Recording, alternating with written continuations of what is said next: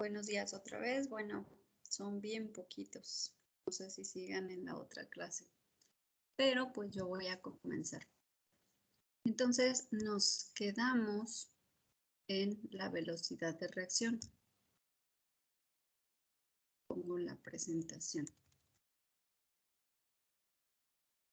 Esto lo pongo como recordatorio, ya lo habíamos visto. Velocidad puede ser de formación de productos, puede ser de consumo de reactivos. Cuando sacamos la velocidad promedio le llamamos velocidad media. Si calculamos de reactivos, le ponemos signo de menos al cálculo porque va a ser final menos inicial, es decir, siempre va a salir negativo, con este lo anulamos. Y para producción o generación de productos siempre es positivo. Hicimos un ejercicio en donde comparábamos por rangos y observamos que en todos los casos nos dio diferente, 5.3 y 2.6, dependiendo del rango que tomáramos. Obviamente la de 5.3, la más alta, es al inicio de reacción y la más baja es al terminar la reacción. Esto es muy común, muy normal que ocurra en una reacción, voy a poner real o general, aunque evidentemente no todas las reacciones se van a comportar igual. Tenemos comportamientos diferentes. Y con eso entramos al siguiente tema. Llamamos velocidad instantánea, que nos referíamos a la velocidad en un punto determinado, donde no me interesa qué está pasando antes, qué va a pasar después, sino solo en ese momento. Existe sí, pero en la vida real es muy poco probable que se use porque no nos interesa tanto la velocidad en un punto, sino en toda la reacción, que es lo que está ocurriendo. Vamos entonces a meternos a la ecuación de velocidad de reacción. La ecuación de velocidad cinética es una ecuación obviamente matemática que nos va a relacionar la velocidad de reacción con las variables de que depende. Es decir, recordemos que la reacción va a depender de algunos factores. Entonces, esta ecuación nos va a relacionar la composición del sistema, el número de moles, como veíamos en la unidad anterior, para calcular las constantes de equilibrio o constantes en el proceso. Era importante saber cuántos moles se están procesando, dependiendo de los que se metan. Y la estequiometría a veces puede mejorar el proceso de reacción o empeorarlo. Obviamente, y amarrado al número de moles, es importante las concentraciones. Y en el caso de gases, esas concentraciones recordamos que las expresamos en presiones parciales. En esta ecuación pueden aparecer variables relacionadas con cualquier especie química presente en el sistema. Entonces, algo también importante que puede ser que no hayamos tomado en cuenta tanto, bueno, de entrada reactivos y productos, pues sí, pero por ejemplo, catalizadores. Hay reacciones químicas que requieren a fuerza de catalizadores para llevarse a cabo. Hay otras que no, pero que con catalizadores mejoran bastante, es decir, se pueden llevar de forma natural, pero si metes un catalizador, sus características de reacción van a mejorar. Entonces, si se fijan, hasta ahorita no hemos tomado en cuenta los catalizadores. Es importante considerarlos.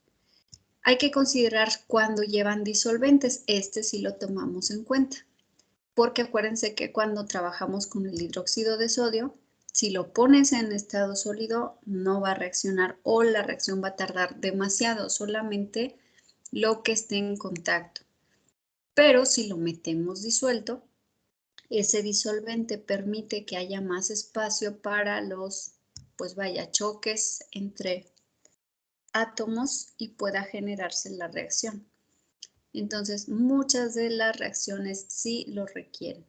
Si ustedes recuerdan, química inorgánica en primer semestre, iban al laboratorio y gastábamos bien poquitito de reactivo. En algunas ocasiones incluso lo hicimos en una placa con unos hoyitos en donde solo poníamos 2 gotitas y con eso era suficiente. ¿Por qué se hacía tan fácil? Porque estaban disueltos. Entonces, el agua permitía que las reacciones se llevaran a cabo súper fácil. Cuando lo hacíamos en tubitos, muchas veces notábamos precipitados y con solo unas gotitas que se ponían era suficiente. Entonces, también es importante considerar cuándo se lleva a cabo en su estado basal y cuándo implica un disolvente en el proceso. También hay que considerar en caso de que haya especies inertes. ¿Qué es esto? Y esto también ya lo consideramos sin darnos cuenta, por así decirlo, cuando veamos la reacción de transformación de oxígeno a ozono en el aire que estamos respirando en este momento. Entra en realidad más nitrógeno a nuestros pulmones que oxígeno, pero nuestro cuerpo únicamente toma el oxígeno, no le interesa lo demás. De repente sí es un aire contaminado, pensemos, estás en la parada del camión, justo pasa un camión y te deja el humaderón. Ese aire que respiras tiene altas concentraciones de hollín, de CO2 y de monóxido de carbono. Pues ese sí, tu cuerpo por desgracia sí lo absorbe, el hollín lo retiene en los poros, pero el CO y el CO2 sí lo absorbe, lo pasa a los pulmones y lo pasa a la sangre. Te alcanzas a tener una leve intoxicación. Sin embargo, ¿qué pasa con el nitrógeno? Nada, absolutamente nada. Entra y sale de paseo. Esa es una especie inerte que está dentro de, digamos, la masa donde vas a tener tu reactivo, pero en realidad ni hace ni deshace. No cataliza, no mejora una reacción, no la empeora, pero ahí está. Entonces, en ocasiones hay que considerar esas especies inertes que nos pueden estar básicamente diluyendo el sistema. Vamos a ver, en algunos sistemas reactivos, pensemos A, B, C, D, E, lo que sea, la ecuación cinética va a tomar una forma sencilla. Entonces, ya habíamos visto la ecuación de velocidad. La ecuación cinética de velocidad se parece porque inicia con B, pero aquí metemos una K, que es una constante. Acuérdense que tanto en esta materia como en casi todas, cuando hablemos de alguna constante, casi siempre le ponen el nombre de K. O K no es del todo bueno porque nos podemos confundir con una K y otra K. Hay un montón de Ks en todos los sistemas. Pero al menos la referencia es que observamos una K en una ecuación y podemos suponer que se trata de una constante. Obviamente una constante no definitiva, como R, la constante de los gases. Esa siempre va a ser R. Toma diferentes valores dependiendo de las unidades, pero siempre va a valer lo mismo. Las K casi siempre valen diferente porque es una constante que depende del sistema con el que se esté trabajando. Pues bien, aquí también aparece. Entonces, si tomamos en cuenta la ecuación cinética con estos reactivos, aquí nos ponen un montón, ¿no? A modo de ejemplo, que tuvieras un buen de reactivos. Entonces, pondrías velocidad igual a la por la concentración de A elevado a alfa por la concentración de B elevado a beta por la concentración de C elevado a, perdón, ahí desaparecieron C, a D elevado a delta y a E elevado a epsilon. ¿Por qué diferencia si en las anteriores lo elevábamos a la misma A la A minúscula, a la B minúscula, a la D minúscula, a la E? Acá ya nos ponen letras griegas. Pues sí tiene una razón de ser. Ahorita vamos a caer en eso. En este caso se dice que la reacción tiene un orden definido. Se denomina orden parcial respecto a la sustancia J, es decir, cualquiera, al exponente a que aparece elevada la concentración de dicha sustancia. Es decir, el orden, para decir, es de orden 1, 2, 3, es esto, el exponente a la cual está elevada. Que en este caso, repito, no es la letra minúscula, no es su coeficiente estequiométrico. El orden total n es la suma algebraica de los exponentes. Entonces decimos, el Orden parcial de D es delta. El orden parcial de todos es la suma de alfa, beta, delta y epsilon. Ajá. Entonces, en ese caso tenemos que sumar todos los exponentes para definir el orden de la reacción total. Los órdenes de reacción pueden ser números positivos o negativos. Si recuerdan, en el anterior solo eran positivos, no teníamos un exponente a la menos algo. En este caso sí podría ser negativo y también podría ser fraccionario, no forzosamente son enteros. La mayor de las veces sí lo van a hacer, pero no siempre. Ajá, también podríamos tener una fracción. Y no van a estar ligados a los coeficientes estequiométricos. Repito, por esa razón no se le pone las letras minúsculas. Es otro dato.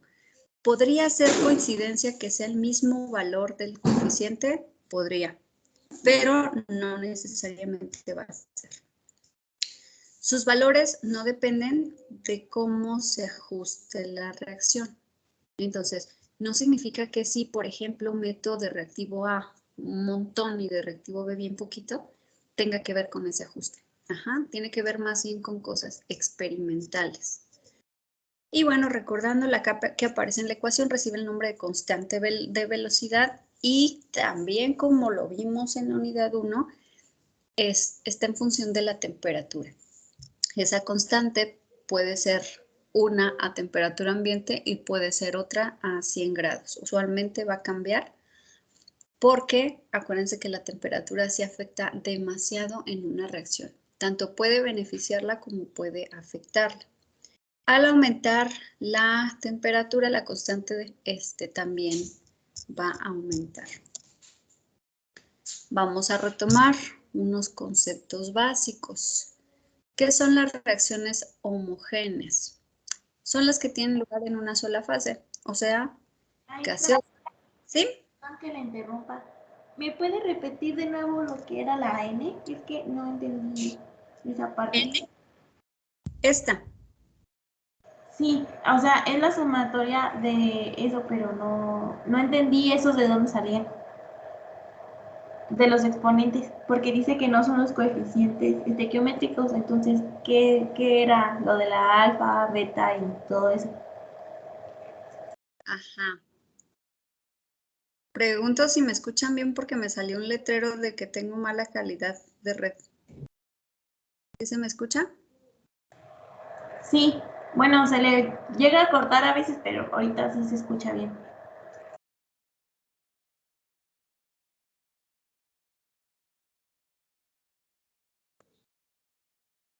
Bueno, espero que se me escuche. Voy a tratar de irme como lento porque no se quita el letrerito. Quiere decir que tengo todas las rayitas del internet, no sé por qué me marque esto. Bueno, entonces decía que esa N se llama orden total de reacción. Sí, efectivamente es la sumatoria de los exponentes que veamos más adelante, pero ¿qué significa? Es el cómo se comporta la reacción. Si la reacción se está comportando como de forma lineal, plana, está reduciendo, está incrementando o en forma curva. Entonces, más adelante vamos a ver unas grafiquitas en donde vamos a identificar un poco mejor lo que significa el orden de reacción. Sí, entonces ahorita lo voy a dejar en pausa. Cuando les explique las gráficas, si todavía no queda claro, lo retomamos. ¿Sale? Sí, maestra, gracias. Perdón, les decía, vamos a retomar poquito conceptos. Cuando hablamos de reacciones homogéneas, pues es muy parecido a cuando hablamos de sustancias homogéneas, ¿no? Que decimos, bueno, la mezcla de leche con chocomilk. Cuando la mezclas bien se ve homogénea. Estas tienen lugar en una sola fase. Puede ser gaseosa, puede ser líquida y aunque aquí no aparece, también podría ser sólida, lo cual es extremadamente raro, que metas dos sólidos a reaccionar. Casi siempre si hay un sólido, otro va a ser un fluido, ya sea líquido, ya sea gaseoso. Y las heterogéneas, pues justamente es cuando tenemos una combinación. Se van a producir en más de una fase. El tipo de reacción más común tiene una rapidez que depende del área de superficie expuesta a la mezcla de reacción. Esta superficie puede ser, por ejemplo, la pared interna de un recipiente de reacción o la superficie de un catalizador sólido. Si la reacción es homogénea, la rapidez de reacción no se ve afectada por el área de superficie, pero si es heterogénea, pues sí tiene todo que ver. Entonces vamos a pensar que estamos hablando de una heterogénea en donde es un metal expuesto al ambiente y entonces ese metal pues tiene una forma, no sé, una barra. Ajá. Entonces esa barra obviamente por dentro pues es sólida, tiene ese metal. ¿Qué parte sí se oxida? Solo la superficie. Si ustedes tenían ahí una barra de metal abandonada, la encuentran toda oxidada y ya la van a usar, si le damos una lijada, una limpieza, el metal por dentro no está oxidado, está bien. Entonces, en ese caso, lo único que estuvo expuesto a reacción fue la superficie. Eso es muy común cuando hablamos, por ejemplo, de un sólido con lo que sea, un líquido o un gas. Solo lo que está expuesto. Sin embargo, también hay reacciones gas-líquido, en donde vas a tener tu contenedor de cualquier tipo, pensemos en laboratorio, un vasito de precipitados y tienes tu líquido. Todo esto es líquido, pero si tú no los obligas a reaccionar, es decir, haces un burbujeo, entonces lo único que estará entrando en reacción será la superficie del líquido, solamente. Todo lo de abajo no está reaccionando, solamente tenemos el proceso superficie. Una forma de verlo es, por ejemplo, cuando compramos leche de la que no viene en caja, sino de lechero, no sé si alguno de ustedes todavía haga eso, la ponemos a hervir y se le genera una nata que a final de cuentas, pues al hervir lo que es grasa que se queda en la superficie. Y tú guardas la leche, supongamos, en el refrigerador, en una ollita, y al día siguiente esa nata está firme, la parte superior, pero la de abajo está suave. ¿Qué fue lo que pasó? Pues eso, solamente la superficie estuvo expuesta al aire ambiente y generó, por un lado, reacciones de oxidación y por otro lado, remoción de humedad. Por eso se queda como más durita. Y sin embargo, acá levantas y la parte de abajo está pues todavía como una nata suavecita. Si tú antes de guardarla al refri sumerges esa nata, entonces no, aquí la misma leche la protege y hace que se quede como suavecita toda. Lo digo porque a veces recuperamos esa nata, por ejemplo, para hacer postres. Entonces, en ese caso, si la piensan recuperar, sí es mejor sumergirla y tiene la ventaja de que se le pegan más proteínas y más grasa, entonces se hace una natota toda gorda. Así que cuando hablamos de homogéneas no hay problema, todas se revuelven bien. Cuando es heterogénea sí es importante determinar que la superficie tiene mucho que ver con cuánto reacciona. Bueno, y la rapidez de reacción, esta se va a expresar como el cambio de concentración de un reactivo o producto en función del tiempo. Las unidades de la rapidez son generalmente mol por litro por segundo, es decir, es una velocidad, ¿sí? Pero en este caso, pues, tiene otro nombre, otra representación, porque aquí vamos a meter, como les decía, el factor exponente para ver el comportamiento de la reacción.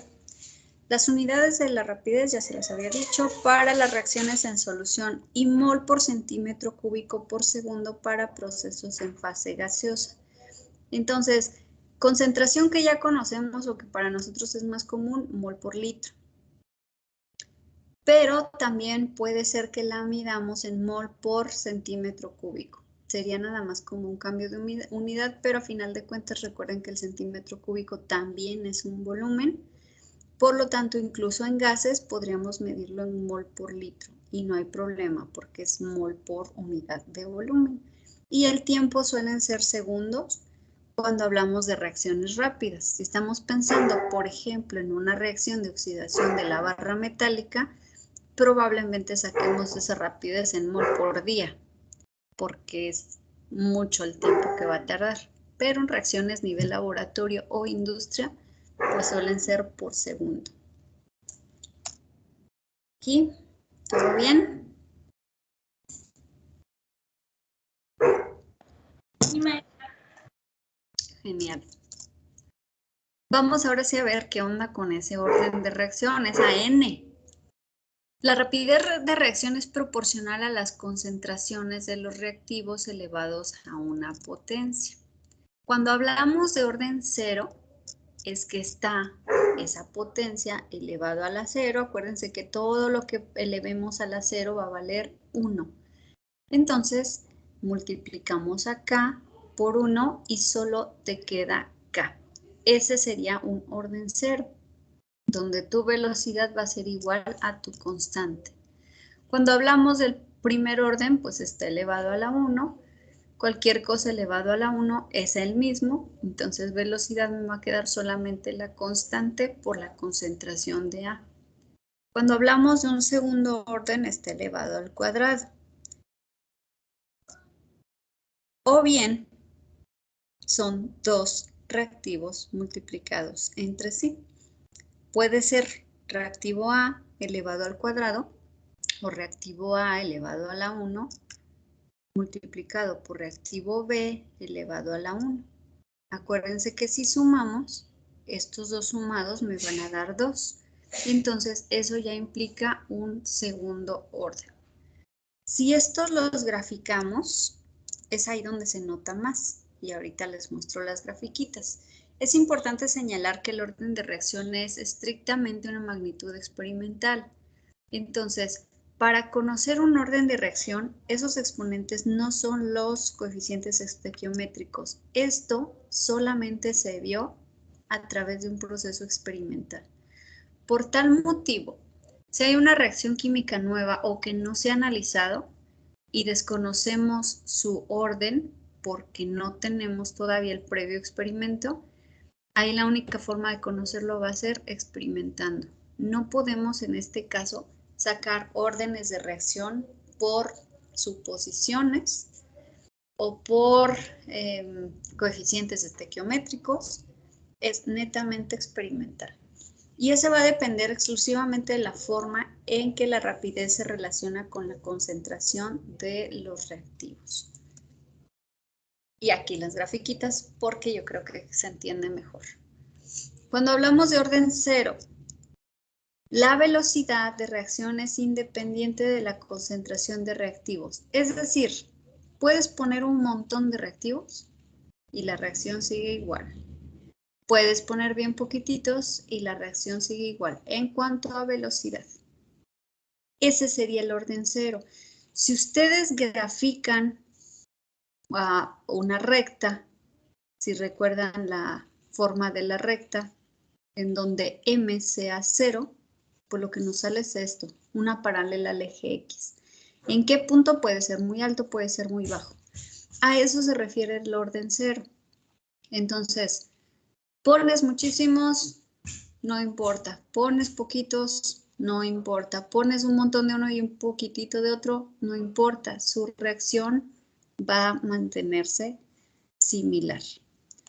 Para el primer orden, la velocidad de reacción es proporcional a la concentración de uno de los reactivos. Entonces, aquí sí, ya sea que sea el reactivo único o que sea el dependiente, digamos, y entonces este reactivo sí te determina. En este caso, al ser de orden 1, no tenemos curvaturas, únicamente una recta. ¿En qué sentido va a ir la recta? Pues todo dependerá de esa proporcionalidad de concentración del reactivo. Entre más reactivo de ese, más rápido será la velocidad, entre menos, pues será menos. Entonces puede ir en una inclinación variable. Ajá. Y el de orden 2, la velocidad de reacción es proporcional a la concentración de dos reactivos. Y en este caso, acuérdense que si ustedes grafican una x al cuadrado, pues nos da esto. Obviamente manteniéndonos en la zona positiva. Si lo hiciéramos tal cual como es en matemáticas, pues obviamente también se extiende hacia este lado. Pero no vamos a tener concentraciones negativas de reactivos. Ajá. Aquí hay que analizar, porque les dije, sí podemos tener un exponente negativo y significa que entre más reactivo te estás, o sea, tu recta iría para abajo, entre más reactivo estás afectando la reacción, pero no podemos decir, le estoy metiendo menos 2 moles de tal reactivo, eso sí no se puede. Entonces siempre nos mantenemos en el cuadrante de los positivos, pero pues tu gráfica sería una media parábola. Ajá. Así que a final de cuentas, eso es el orden de la reacción. Es la sumatoria de los exponentes y puede ser 0, 1, 2, podría ser incluso más. Acuérdense, si elevamos una x al cubo, también nos da una curva, pero como mucho más cerrada. Implicaría mucha más velocidad con un poquito de incremento de los mismos. ¿Ya quedó un poquito más claro? Sí, maestra. Genial. Bueno, aquí hay, disculpen, me pirateé estas imágenes, por eso quedaron diferentes a lo demás. Entonces, es nada más para poner algunos ejemplos. En este caso, que es una reacción que ya vimos, la de yodo con hidrógeno para formar ácido yodhídrico, experimentalmente se determinó que esta reacción es de primer orden con respecto al yodo y también de primer orden con respecto al hidrógeno. Es decir, en este caso, ambos reactivos son críticos e importantes para la reacción, por lo tanto el orden de reacción es de 2. La ley de la velocidad quedaría velocidad igual a K por concentración de yodo por concentración de hidrógeno. Se pone el 2 de aquí, pero no está implicando nada, no está implicando un cuadrado, simplemente yodo 2, es decir, yodo molecular e hidrógeno molecular. Esto fue experimental. También experimentalmente, y esta reacción también la vimos, se analiza que es de tercer orden respecto a SO2 y de primer orden respecto al oxígeno. Entonces, en esta reacción, por ejemplo, podríamos poner un excedente de oxígeno y la reacción no va a mejorar. Pero le añades un poquitito más de CO2 y la reacción levanta muchísimo. Ajá. Entonces, a final de cuentas, la velocidad de reacción queda K, SO2 al cubo. Como pueden ver, en la reacción no hay un cubo. Ajá. Es 2 su coeficiente estequiométrico y sin embargo le da muchísima potencia a la reacción el hecho de la existencia del SO2. Y el oxígeno con un exponente 1. Entonces, este tipo de velocidad de reacción quedaría a la cuarta. Si eso lo graficamos, nos queda como algo así, como súper elevado. Ajá. Significa que con un poquitito que le pongas más de reactivo, principalmente de SO2, su velocidad va a aumentar mucho. Esto es importante conocerlo a nivel industrial para definir cuánto meterle de cada uno. El oxígeno es gratis, lo sacamos del aire. Casi siempre cuando tenemos reacciones que incluyen oxígeno, lo ponemos oxígeno en exceso para que no vaya a ser un limitante.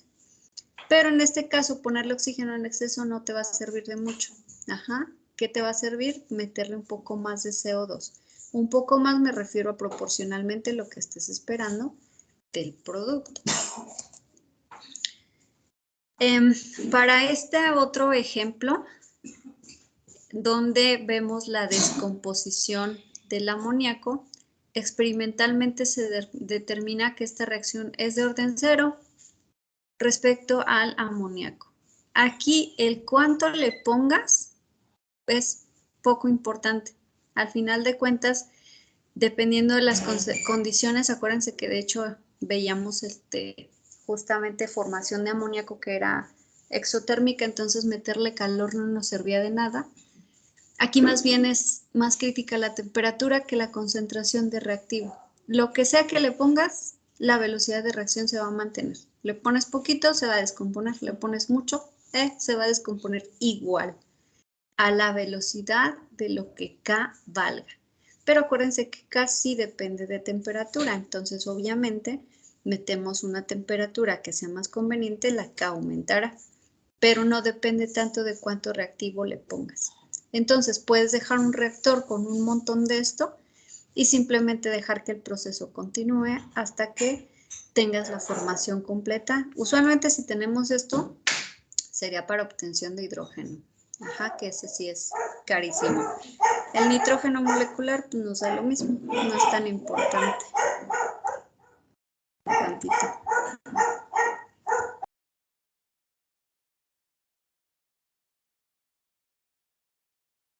¿Qué pasó, Susan? Maestra, en el ejemplo anterior no entendí de dónde salió el 3. Dice que con poquito que le pongamos la reacción pues se va a realizar, pero no entiendo por qué fue un 3 y no un 4, por ejemplo, o un 2. No entiendo por qué fue un 3. Ok, voy a abrir micro a ver si alguien sí entendió. ¿Me puede decir de dónde caramba salió ese 3?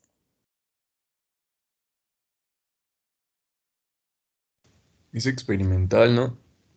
Exacto, Olaf. Muchas gracias. No tiene nada que ver con la ecuación, Susan. Entonces no puedes decir, provino de tal lado y referenciarte. Fue experimental. Entonces, todos estos órdenes de reacción son experimentales. Por eso les decía. Si no lo encontramos en bibliografía, la única forma de obtenerlo va a ser experimentando. De lo contrario, no podemos saber.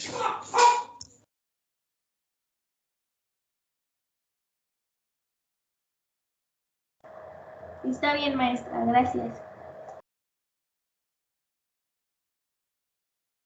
Muy bien. Entonces le seguimos.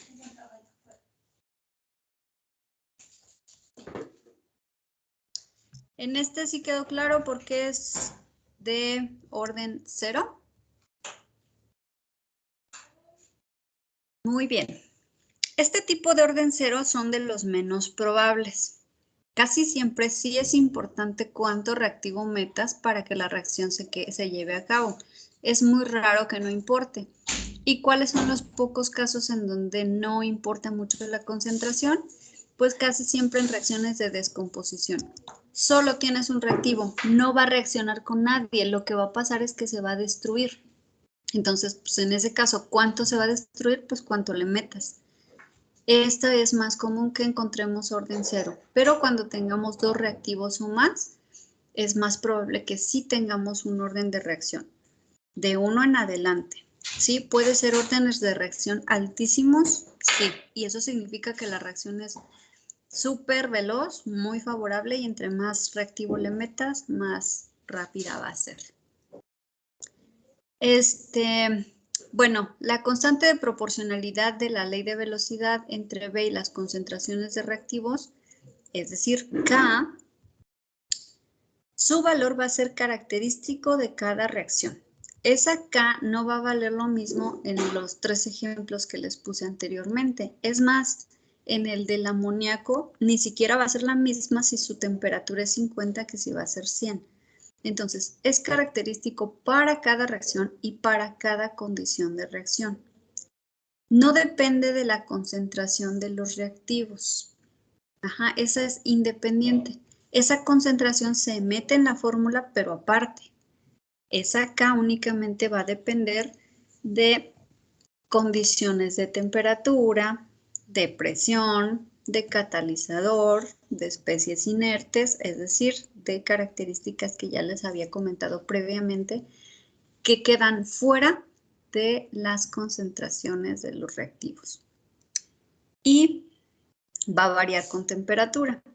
En general, aunque no siempre, a temperatura mayor, K será mayor y eso implica mayor velocidad de reacción. ¿Cuándo no va a ser así? En reacciones exotérmicas que sean, ¿cómo se dice? Espontáneas, que no requieran de un punto de inicio.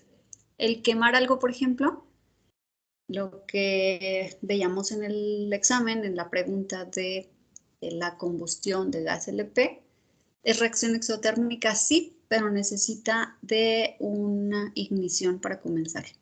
Si no existe ignición, ustedes abren el gas en la estufa, saben que hay oxígeno en el ambiente, pero no están reaccionando, no se está quemando. Necesita de un punto de ignición para comenzar. Entonces, en esos casos, no aplica, porque aquí sí tienes más temperatura, tu K aumenta y siempre va a ser positiva.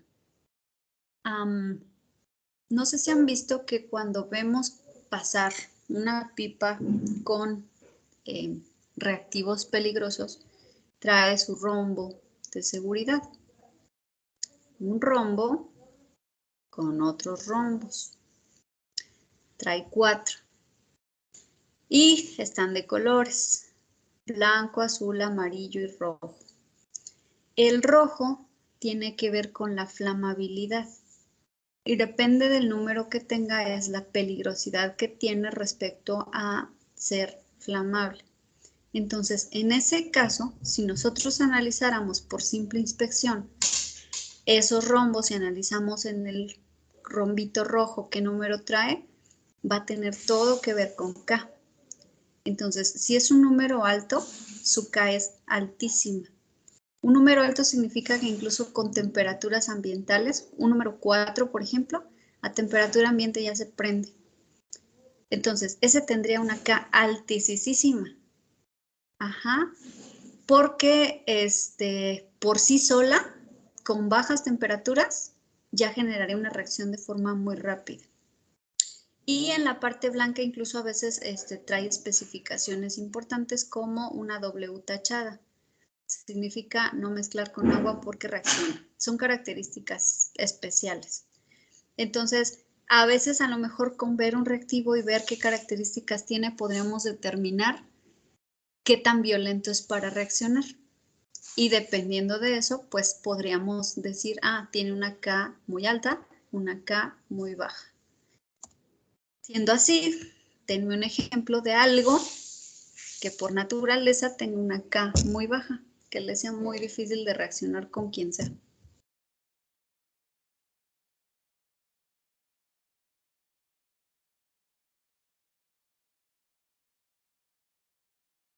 ¿No se les ocurre nada que sea casi inerte? Los gases nobles. Por ejemplo, gases nobles tendrían una K básicamente nula, 0. No es 0 completamente porque sí podemos forzar a un gas noble a reaccionar, como es el caso del Sol, que ahí, bueno, no es una reacción unidireccional, sino en realidad pues es fisión-fusión. Pero sí, su K es tan baja que requiere de mucha temperatura para que pueda reaccionar. Efectivamente. Otra cosa inerte en el aire que respiramos, pues se los comenté hace rato, el nitrógeno. El N2, ese de plano es pura pasividad. Ese, para que lo hagas reaccionar, requieres o solo puedes lograrlo con un rayo en una tormenta eléctrica o las bacterias nitrificantes que tienen ese poder y esa capacidad de lograr que reaccione. Entonces, hay algunos compuestos así que hacerlos reaccionar es difícil. Y hay otros que son altamente reactivos. ¿Cómo qué? Algo que se les ocurra que sea muy reactivo.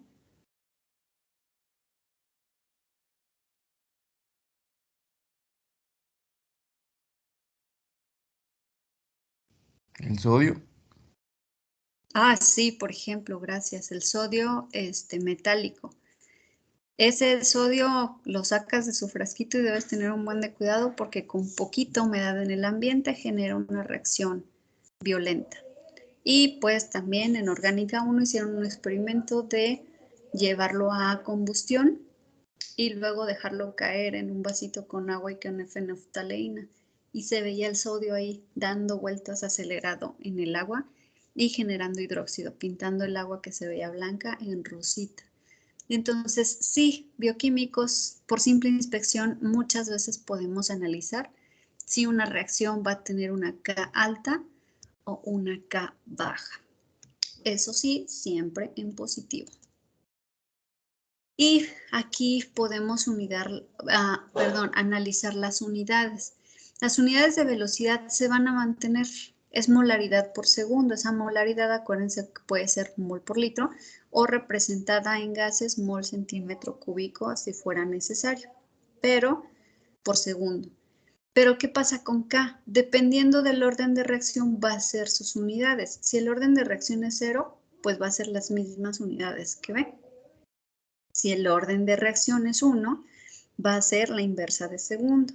Si el orden de reacción es 2, va a ser la inversa de molaridad por segundo. Si el orden de reacción es 3, la inversa de la molaridad al cuadrado por segundo.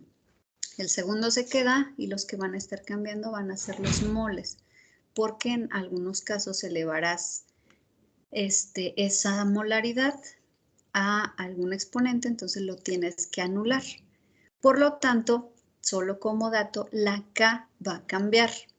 Aunque en realidad pues no necesitamos acordarnos tanto de esto, de qué tanto va a cambiar, sino enfocarnos a que nuestro resultado siempre se exprese en esto y dejarla acá como independiente, ¿sí? No hacer análisis de unidades como tal, sino considerar meter siempre la concentración en las unidades correctas y listo, obtener unidades de velocidad, que es molaridad por segundo, sin necesidad de analizar las unidades de K. ¿Sale? Entonces no pasa nada si al estar resolviendo acá le metemos el puro valor sin meterle las unidades. Bueno, hasta aquí. ¿Todo bien?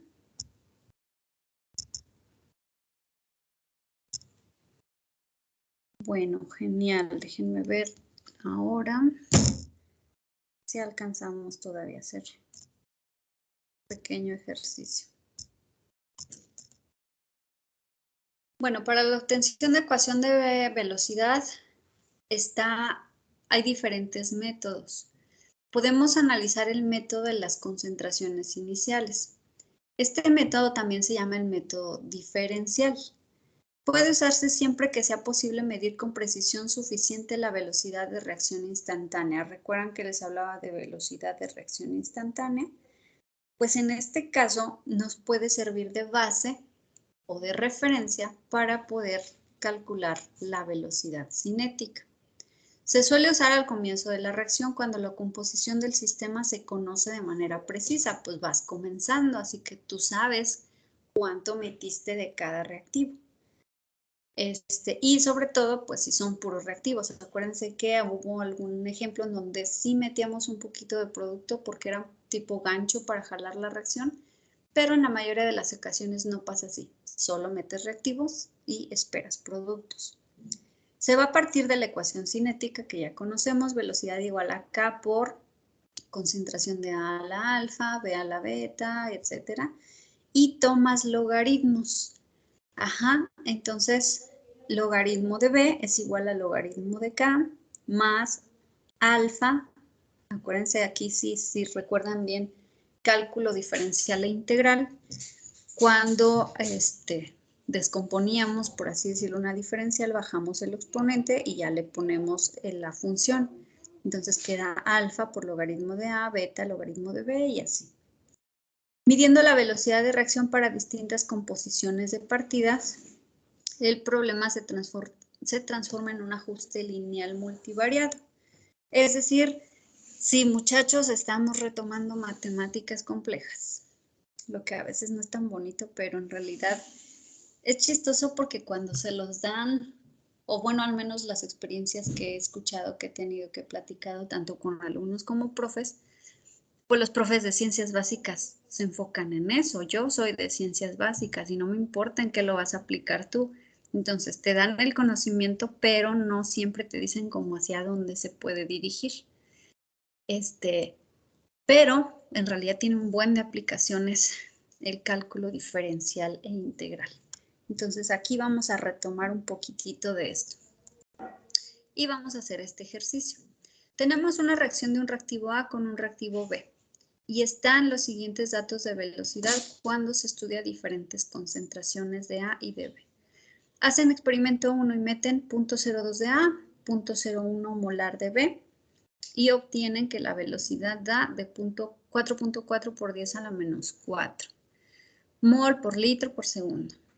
Luego hacen un experimento 2, misma cantidad de A y de B, pero en 0.02 y observan que la velocidad da 1.76 por 10 a la menos 3. Luego hacen el doble del experimento 1. Vamos a ver si duplicando, o sea, mantengo proporcionalidad, pero duplico A y me quedo así en el doble de B del inicio. Y sí cambió, cosa que si fuera de un factor 1 no cambiaría porque duplicas y duplicas, entonces la velocidad se mantendría en el experimento 1 y 3, pero no se mantuvo, cambió, mejoró. Si se fijan, este es por 10 a la menos 3, este es por 10 a la menos 4, entonces este es casi 10 veces más veloz. Y también duplicamos experimento 2, es decir, misma cantidad, pero el doble de cada uno y también mejoró con respecto al 2, más o menos 10 veces. Entonces, pues ya se vio que sí está cambiando, entonces hay que determinar el orden de reacción para cada reactivo y el orden de reacción total, el valor de la constante velocidad y la ecuación. Todo eso a partir de estos datos. Al final de cuentas les digo, esto se calcula experimental. Para calcular el orden de reacción parcial de cada reactivo vamos a realizar un sistema de ecuaciones con datos de concentraciones y velocidad, es decir, nos vamos a referenciar a los experimentos. Y para la ecuación general, para esta reacción en particular, pues va a ser así. K por A a la alfa por B a la beta. El caso es que ahorita no sabemos ni quién es A, ni quién es alfa, ni quién es beta, ni quién es K. Como tenemos dos incógnitas para comenzar, alfa y beta, vamos a plantear dos ecuaciones. Para que los cálculos sean más fáciles, vamos a elegir dos experimentos que tengan el mismo valor de concentración para uno de los reactivos. Podemos ver que A y B parten de la misma concentración, perdón, experimento 1 y 2 parten de la misma concentración de A. Entonces, pues esto me facilita los cálculos. Así que vamos a tomar esos dos experimentos y obviamente sus velocidades. Planteamos así. Velocidad 2 es, velocidad aquí es la 1, 4.4 por 10 a la menos 4, por lo tanto, lo ponemos así. Aquí error, lo voy a corregir, es 1. Entonces, velocidad 2, 1.76 por 10 a la menos 3, velocidad 1, 4.4 por 10 a la menos 4, pero aquí lo importante es que es igual a una K por 0.2 a la alfa, que no sabemos ahorita quién es alfa, por 0.2, aquí es la 2, a la beta. Y la 1, 0.2 a la alfa y 0.01 a la beta. ¿Qué vamos a hacer aquí? Matemáticas. Ajá. Entonces, igualamos, hacemos una división, una correlación, y entonces dividimos estos dos, pero anulamos. K entre K se va. 2 alfa y 2 alfa se van. Y solo me quedo con la incógnita beta. Hasta aquí, ¿alguna pregunta? Porque está revoltosillo. No está difícil, pero sí está revoltoso. ¿Todo bien? Genial. Entonces, si ya hacemos cuentas, dividimos 1.76 por 10 a la menos 3 entre 4.4 por 10 a la menos 4 y nos da 4.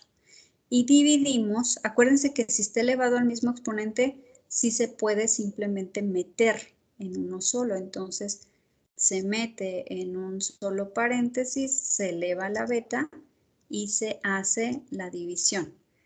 Entonces hacemos la división y nos da de 2 elevado a la beta. Ajá. Hasta aquí en realidad esta está tan fácil que la podemos resolver de forma mental. ¿A qué número debo elevar la 2 para que me dé 4? Pues 2. Sin embargo, este es un ejercicio. Entonces no siempre se va a poder así, por lo tanto lo correcto es aplicar logaritmos. Vamos a aplicarlo solo para que vean que nos da lo mismo, pero sí, en este caso es extremadamente sencillo. Beta es 2. Entonces, si metemos logaritmos nos queda así. Es logaritmo a todo, ¿sí? Logaritmo de 4 y bajamos beta igual a beta por logaritmo de 2. Por lo tanto, meten en su cálculo logaritmo de 4 da 0.6, logaritmo de 2 da 0.3 y despejamos. Este 3 que multiplica lo paso dividiendo y al dividir me doy cuenta que beta vale 2. Caso que, repito, ya habíamos analizado por simple inspección, pero que lo correcto es sacar logaritmos cuando hablamos de números complejos. En ocasiones no va a ser tan fácil saber a qué número debo elevar para que me dé el resultado. Hasta aquí sí. Muy bien. Entonces ya tenemos un dato. Ya sabemos cuánto vale beta. Vamos a guardarla y ahorita vamos a hacer otro análisis porque necesitamos saber cuánto vale alfa. Entonces ahora agarramos el experimento 3 y el experimento 2. ¿Por qué? Primero agarramos el 1 y el 2 porque ambos tenían coincidencia en el reactivo A. Ahora vamos a agarrar 3 y 2 porque ambos tienen coincidencia en el reactivo B. Así que nos queda el experimento 2, o velocidad 2, 1.76 por 10 a la menos 3, igual a K por 0,2 al alfa por 0,2 a la beta. Y el 3, 3.52 por 10 a la menos 3, K, 0.04 al alfa y 0.02 a la beta. Hacemos lo mismo que en el anterior, una división, pero aquí el que se nos elimina, bueno, se elimina K, se elimina 0.2 beta y 0.02 beta. Nos quedamos únicamente con 0.04 y 0.02 a la alfa. Hacemos lo mismo, dividimos el resultado y dividimos esto que está entre paréntesis y nos queda así. 2 va a ser igual a 2 elevado a la alfa. Otra vez, este solo es un ejemplo. Está muy fácil. Entonces, ¿a qué número debo elevar el 2 para que me dé 2? Pues a la 1. Ajá. Pero como no siempre va a ser tan fácil, vamos a ver cómo se haría por logaritmos. Entonces, logaritmo de 2 igual a por logaritmo de 2, por lo tanto, sacamos en cálculo logaritmo de 2 da 0.30, este lo pasamos dividiendo y nos queda que alfa vale 1. ¿Sí? Entonces, ¿cuál es mi orden total de la reacción? Es 3. Alfa más beta, alfa que valía 1, beta que valía 2 y el orden de reacción es 3. Es decir, la reacción se ve muy favorecida cuando incrementamos los reactivos. Y siendo así, ¿cuál de los reactivos es el que da más importancia al incremento de velocidad? ¿El reactivo A o el reactivo B?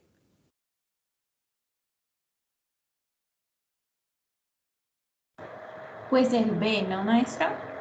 Así es, muchas gracias. El B, porque este me está dando un orden de reacción individual de 2. Es decir, cada vez que aumentamos B, el incremento en la velocidad de reacción se ve más marcado.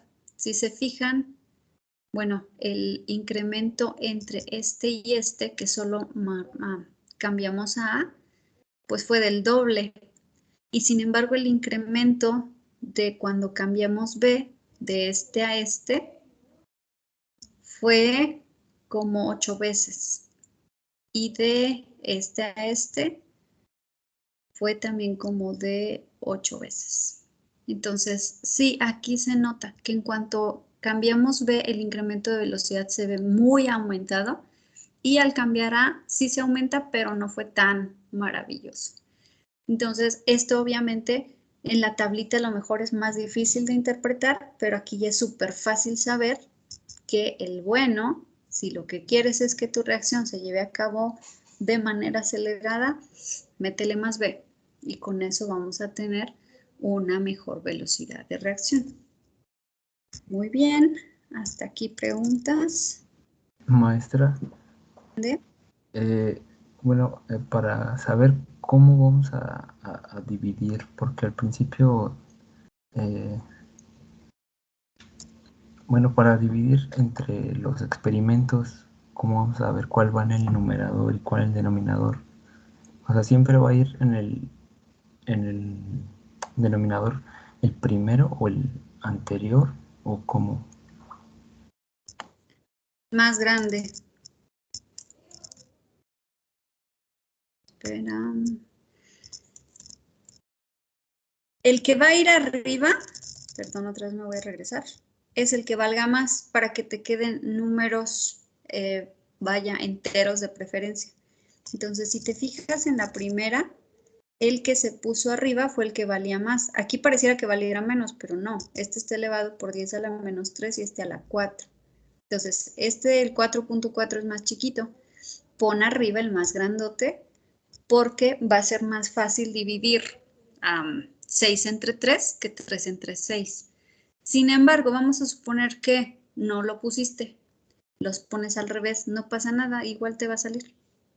Si quieren intentarlo, pueden intentarlo, pero en lugar de dividir este entre este, divides este entre este y este entre este y te va a dar un cuarto igual a un medio elevado a la b. Entonces, igual funciona. ¿A qué debes elevar el 1/2 para que te dé un cuarto? Pues al cuadrado. Ajá. O con logaritmos y lo metes. Entonces da lo mismo. No pasa nada si los metes al revés, pero por conveniencia, meter primero el grandote arriba, el chiquito abajo. ¿Sí? Sí, gracias, maestra. Muy bien. ¿Alguna otra pregunta?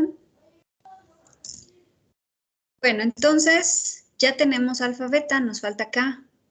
Si lo obtenemos del experimento 1, acuérdense, así como en matemáticas cuando tenías que sacar X, Y, Z, que ibas como anulando ecuaciones, pero ya cuando tenías los tres y querías comprobar, pues en la que lo metieras funcionaba. Aquí igual, en la que la metas va a funcionar. Ajá, entonces vamos a agarrar el 1. Decimos que 4.4 por 10 a la menos 4 va a ser igual a K por 0.02 a la 1 por 0.01 al cuadrado.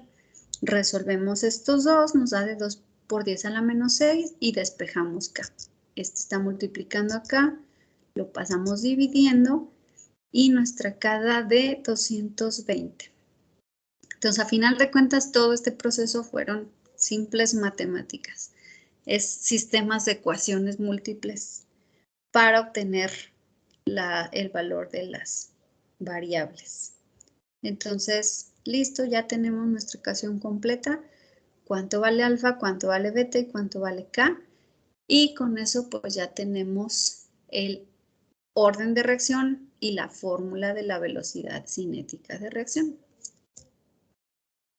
Muy bien, pues ya se nos acabó el tiempo. Entonces, ¿alguna pregunta? Genial, entonces nos vemos mañana. Que tengan bonita tarde.